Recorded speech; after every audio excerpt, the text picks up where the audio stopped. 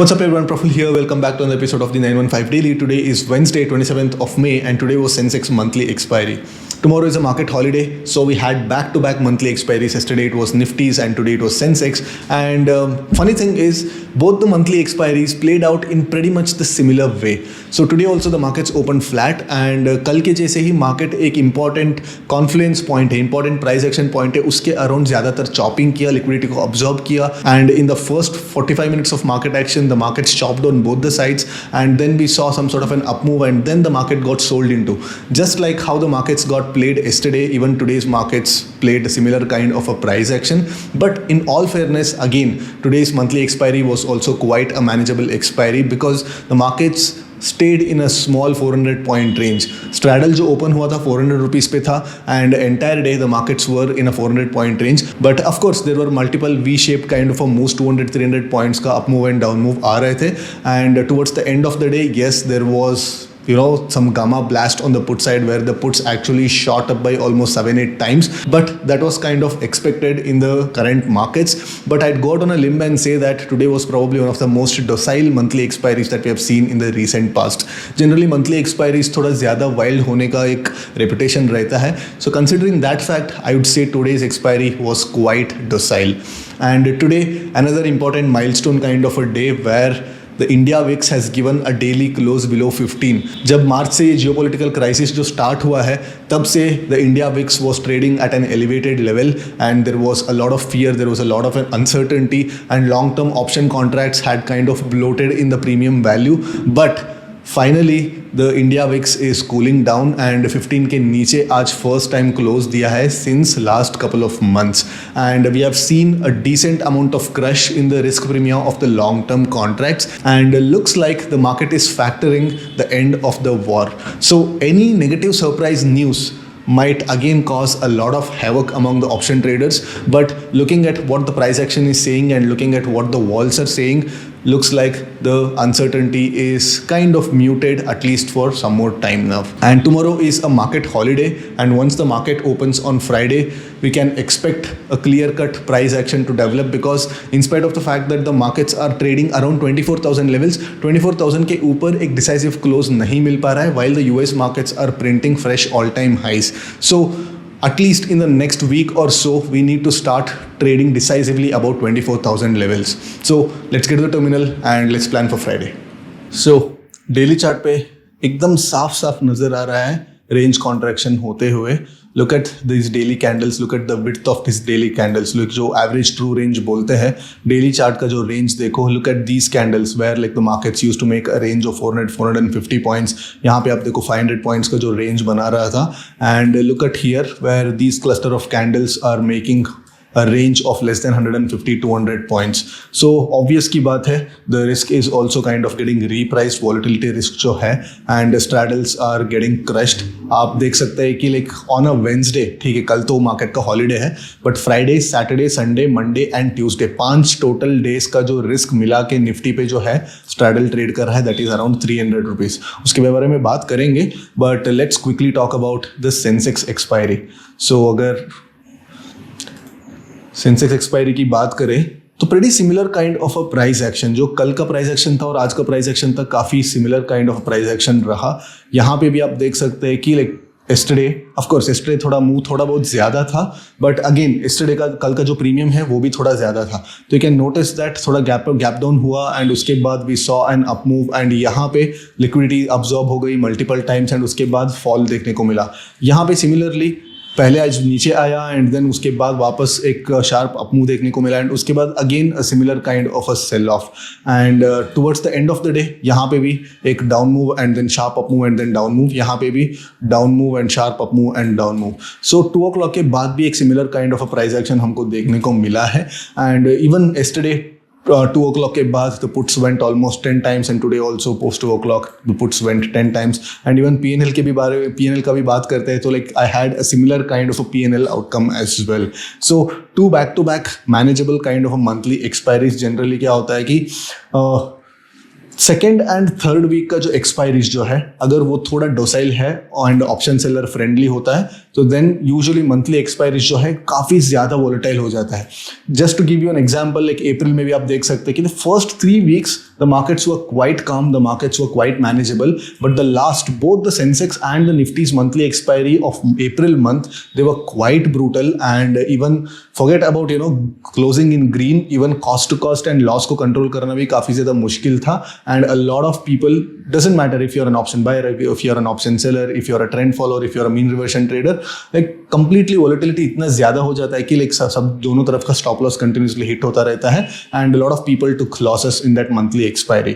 So मैं थोड़ा caution के साथ ही मैंने ट्रेड चालू किया, बट जैसे जैसे थोड़ा प्राइस एक्शन बिल्ड हुआ एंड जैसे जैसे जो रेंज कॉन्ट्रैक्शन देखने को आया, तो then I started slowly increasing the size and of course I paid the price here. यहाँ पे जब थोड़ा बहुत ऑप्शंस, जो मेरा ऑप्शंस ऑलमोस्ट डीके होके 20-30 रुपीज़ पे आ गए थे, again they went back to 100-120. तो यहाँ पे थोड़ा बहुत मुझे मार्केट ने नचाया, but apart from that as I said, probably one of the most docile monthly expiries in the recent past. ठीक है, सो या अगर निफ्टी की वॉल्स की बात करें, you can notice that, let me just remove this, you can notice that 300 rupees पे Wednesday के दिन क्लोज दे रहा है. So of course tomorrow is a market holiday and market इतने लेवल पे अगर वॉल्स का क्लोज देना है, स्ट्रैडल का क्लोज देना है, इसका मतलब ये है कि the markets are very confident कि irrespective of not having an open market, we don't have an uncertainty of geopolitical events over the weekend.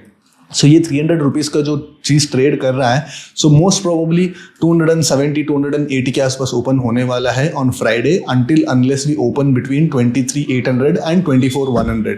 इस रेंज के बीच में कहीं पे भी खुले, ठीक है, डजेंट मैटर लाइक हमको 24,000 के ऊपर ही खुलना है, then only the vols will get crushed. No, इतना बड़ा रेंज के अंदर मार्केट कहीं पे भी खुलने दो, इवन 24,100 के ऊपर भी खुलने दो, the vols will continue to drop. And या इंट्राडे में हमको ज़्यादा कुछ short vol short gamma trades में ज़्यादा कुछ मिलने वाला नहीं है, unless it is an expiry. So Friday के दिन अगर 270-280 पे भी अगर स्ट्रैडल ओपन होता है, and the max I can quote the straddle going into the weekend is probably 260 और 250. उसके नीचे मतलब 1% से कम अगर स्ट्रैडल वैल्यू लेके अगर वीकेंड के अंदर जाता है, तो देन मार्केट्स के पास एक बड़ा वाला अनसर्टेनिटी का रिस्क खड़ा हो जाता है. So I don't think the market should be pricing the straddle below 260 for a Friday close. So अगर 280 पे भी अगर स्ट्रैडल फ्राइडे के दिन ओपन होता है, तो then it doesn't make any sense to be actually taking that kind of a straddle. But एक चीज मैं बोल सकता हूँ कि if the market opens somewhere around 24,000 levels, तो यहाँ पे हमारे पास 150 points on the downside and 100 points on the upside का एक range मिल जाता है. And markets को until unless market has a lot of confidence about some sort of a truce or peace treaty that is being formed over the weekend, 24,000 के ऊपर clear cut एक breakout देना मुश्किल है. So अगर 24,000 के आसपास अगर फ्राइडे के दिन ओपन होता है, तो प्रॉबेबली 15% ऑफ दिस साइज से, मतलब 2x नोशनल पे, 2x नोशनल का मतलब क्या है, फॉर एवरी 10 लाख रुपीज हम लोग एक लॉट निफ्टी का स्ट्रैडल बेच सकता है 24,000 के अंदर, 24,000 का स्ट्रैडल बेच सकते हैं हम. एंड स्टॉप लॉस जो रहेगा वो प्राइस एक्शन पे रहेगा, स्पॉट के प्राइस एक्शन पे, ना कि ऑप्शन के प्राइसेस के ऊपर. बिकॉज हमको 24,000 यहाँ पे अगर हमको 130 rupees on the call side and 130 rupees on the put side अगर मिल जाता है, तो हमारे पास 24,100 एंड 23,850 का एक डिसेंट प्राइस एक्शन पॉइंट है. इसके बीच में हम लोग एक स्ट्रैडल ट्रेड कर सकते हैं. नाउ अगर मार्केट 24,000 पे ओपन हुआ, तो now if you are actually little scared of actually opening a straddle here and then looking at the mark to market swing when the market moves in this wide range, तो हम लोग क्या कर सकते हैं, let the market come to this level. जब market यहाँ पे आता है, then we can actually build a 24,000 straddle, basically एक skewed kind of a straddle build कर सकते हैं. सिमिलरली जब मार्केट 24,100 के आसपास आता है, तो then also we can build a skewed straddle. That is when the market open somewhere around 24,000 levels. And इस पे आता है ना, जब स्क्यूड स्ट्रैडल बिल्ड करते हो, then you get to collect harvest both theta and delta. Theta और delta दोनों को हम लोग हार्वेस्ट कर सकते हैं, because you are not only betting a completely neutral place, but rather you are betting that the market will go 100 points in your favour while collecting the theta. तो ऐसे स्क्यूड स्ट्रैडल स्ट्रक्चर हम लोग trade कर सकते हैं to actually play the mean reversion. तो अगर आपको स्ट्रैडल खेलना पसंद नहीं है, सिर्फ आप डायरेक्शनल ट्रेड खेलना है, तो then also it is a good bet to trade debit spreads. यहाँ पे कॉल का डेबिट स्प्रेड हम लोग यूज करके ट्रेड कर सकते हैं एंड यहाँ पे पुट का डेबिट स्प्रेड यूज करके हम लोग मीन रिवर्शन ट्रेड कर सकते हैं if the market opens anywhere about 23,950 levels. Now अगर मार्केट यहाँ पे खुलता है लाइक 23,900 के आसपास खुलता है एंड ये जो लेवल है, can notice that this is a decent price action point. यहाँ पे आप देख सकते हैं ये जो एरिया है ये काफी इंपॉर्टेंट प्राइस एक्शन पॉइंट है। आप देख सकते हैं कि like there are multiple swings here, 1 2 3 4 market कहीं ना कहीं यहाँ पे मार्केट इधर गॉट सोल्ड इनटू और इसके ऊपर मार्केट ने एक breakout kind of a gap up दिया है। सो जैसे मार्केट यहाँ पे आएगा तो यहाँ पे हम लोग एक और बार 23,800 के आसपास एक और बार हम लोग एक mean reversion kind of a trade initiate कर सकते हैं। नाउ सिचुएशन तब ट्रिकी होता है जब मार्केट 23,800 के नीचे खुल जाता है। तो जब मार्केट 23,800 के नीचे अगर एक बड़ा गैप डाउन खुलता है on Friday, so then basically क्या होता है, there should be a repricing of walls as well because markets are expecting range contraction and a slow and steady grind towards the upside. तो that is what the walls are telling us. But अगर market एक बड़ा gap down खुल जाता है तो then again the markets will go into some sort of a repricing mode and थोड़ा बहुत panic आ सकता है and you will see that probably the straddle will open still at 300 and probably it will also close at 300, not giving any sort of a decay because the markets will be a little anxious going into the weekend. ठीक है, तो अगर market एक बड़ा gap up यहाँ पे खुलता है लाइक 24,060 के आसपास खुल जाता है एंड 10:30 के पहले यहाँ पे एक ब्रेकआउट मिल जाता है तो then we can actually trade the breakout because अगर यहाँ पे ब्रेकआउट मिलता है 10 o'clock के पहले या 10:30 के पहले, it means that the market wants to make a decent amount of move before the weekend and just like last weekend जहाँ पे आप यहाँ पे देख सकते हैं कि लास्ट वीकेंड पे भी हमको एक काफ़ी अच्छा एक ब्रेकआउट मिला था लाइक 23,700 से लेके डायरेक्टली 23,950 के आसपास एक 200-300 पॉइंट्स का एक गैप अप मिला था। तो market is positioning itself for another range shift back into the 24,200 24,300 levels. So that is why 10 o'clock के पहले यहाँ पे इधर ब्रेकआउट आ जाता है specially with after a gap up, मतलब मार्केट 24,000 के ऊपर गैप अप खुलना चाहिए एंड इंट्राडे में ऐसे 100 पॉइंट्स का एक मूवमेंट नहीं मिलना चाहिए बिकॉज 100 पॉइंट्स पे क्या हो रहा है, because now we started to trade VIX is started to trade under 15 sub 20 पे अगर जब विक्स ट्रेड कर रहा है ना, for every 150 point two 200 point of stretch on an intraday basis market का जो पावर है वो एग्जॉस्ट होने वाला है। तो हमको ऐसे जो 300-400 पॉइंट का इंट्राडे में फॉल देखने दो या इंट्राडे में स्पाइक देखने दो वो थोड़ा मिलना मुश्किल होगा। सो अगर मार्केट 24,000 के या 24 के नीचे 1000 के नीचे ओपन होके देन 120 पॉइंट्स का इधर इंट्राडे में मूव करके उसके बाद अगर ब्रेकआउट मिलने को ट्राई करता है तो then it's not that wise to actually bet on this breakout because यहाँ पे ऑलरेडी मार्केट्स एग्जॉस्ट हो चुका रहता है। सो एक अच्छा सिनेरियो ये रहता है कि लाइक मार्केट्स गैप अप खुले एंड यहाँ पे 15 मिनट या 20 मिनट तक कंसोलिडेट करे और 10 o'clock के पहले यहाँ पे ब्रेकआउट मिले where this movement shouldn't have happened on an intraday basis, तब इस ब्रेकआउट पे हम लोग बेट कर सकते हैं।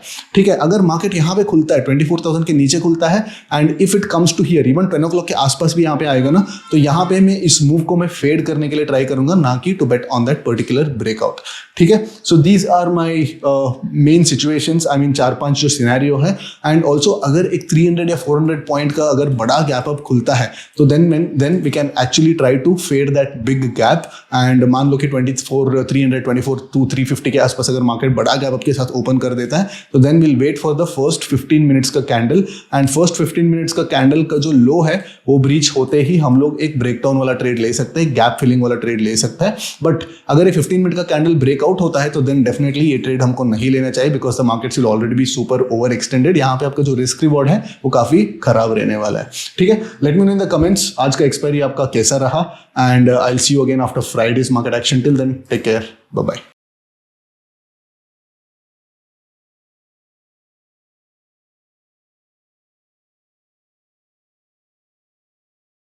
Investment in securities market are subject to market risks. Read all the related documents carefully before investing. Please read the risk disclosure documents carefully before investing in equity shares, derivatives, mutual fund, and or other instruments traded on the stock exchanges.